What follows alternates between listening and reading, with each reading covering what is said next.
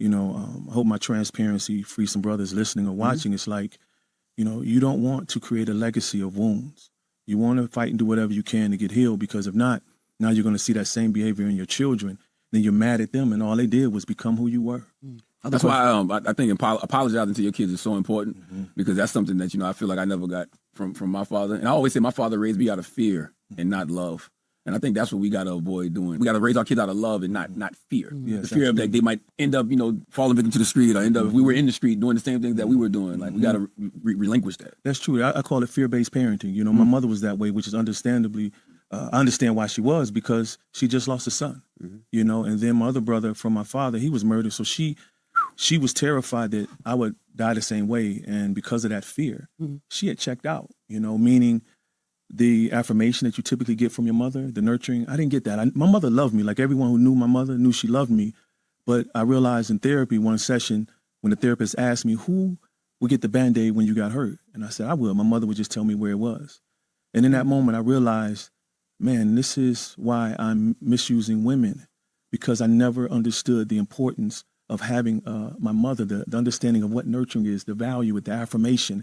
And I unpack the mother wound as well in that book, because many of us, what we're seeking is the love from our mothers and women, and they'll never be able to match what we didn't get. And it's unfair to them. And so I think that's very powerful. And the fact that people can share their experiences like that is a very honorable thing, because some people, you don't want people to know your personal life. You don't necessarily want to put that out in the streets. I think that when we share our stories, we help others to be better. So, Joe, I want to ask you, do whippings and yelling and harsh discipline shape a child's self-esteem and mental health?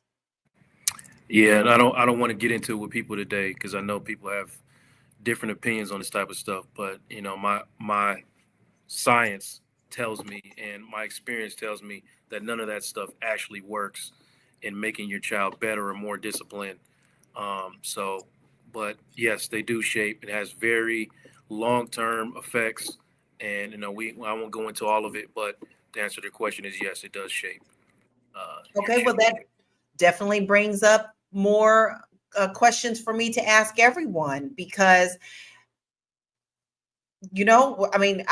as for us in our lives, so I'm going to ask you a tough question. You can choose not to answer it or not, but Constance, was whippings or yelling a part of your upbringing? Can you hear me? Yes. Okay. Kinda like, I wasn't abused, but I didn't get a whole lot of whoopings. They said I needed them. I didn't get a whole lot of them. You didn't? You didn't? I needed more whoopings than I got, but I got a few of them, Gotcha. How about you, Moya?